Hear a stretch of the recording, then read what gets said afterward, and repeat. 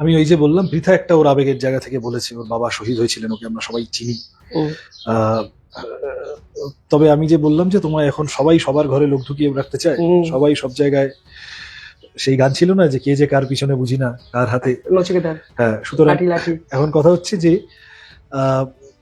সেখানে দাঁড়িয়ে কারুর কাছে যদি ফোন কেউ করেও ফেলে ভুলক্রমে, যাকে ফোন করছে তার গায়ে তাতে দাগ লেগে গেল, আমার মনে হয় ব্যাপারটা এত অতি সরলীকৃত নয়।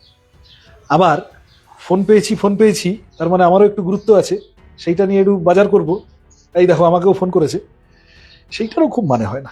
এরকম রাজনীতিতে আমার কাছে একাধিকবার এর আগে এসেছে।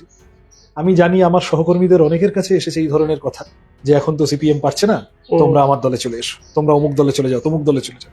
এই খবর পাঠানোর বিভিন্ন রকম পদ্ধতি থাকে, ফিলার পাঠানো হয়েছে, পাঠানো হয়, আমরা শুনি, হাসি, হেসে সবিনয় বলি যে আমরা কমিউনিস্ট পার্টি করতে এসেছি, মতাদর্শের উপর বিশ্বাস করে আস্থা রেখি।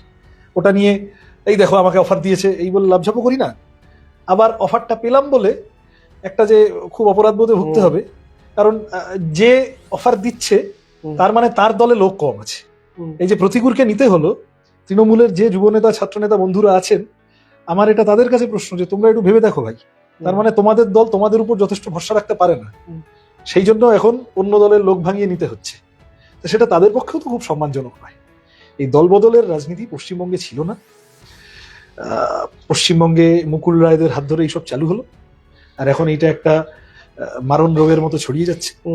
মূল্যবোধ, নীতি, নৈতিকতা, আদর্শবোধ, এই জায়গাগুলো সামনে আনার লড়াইটাই কমিউনিস্ট পার্টি কর্মী হিসেবে আমরা করছি।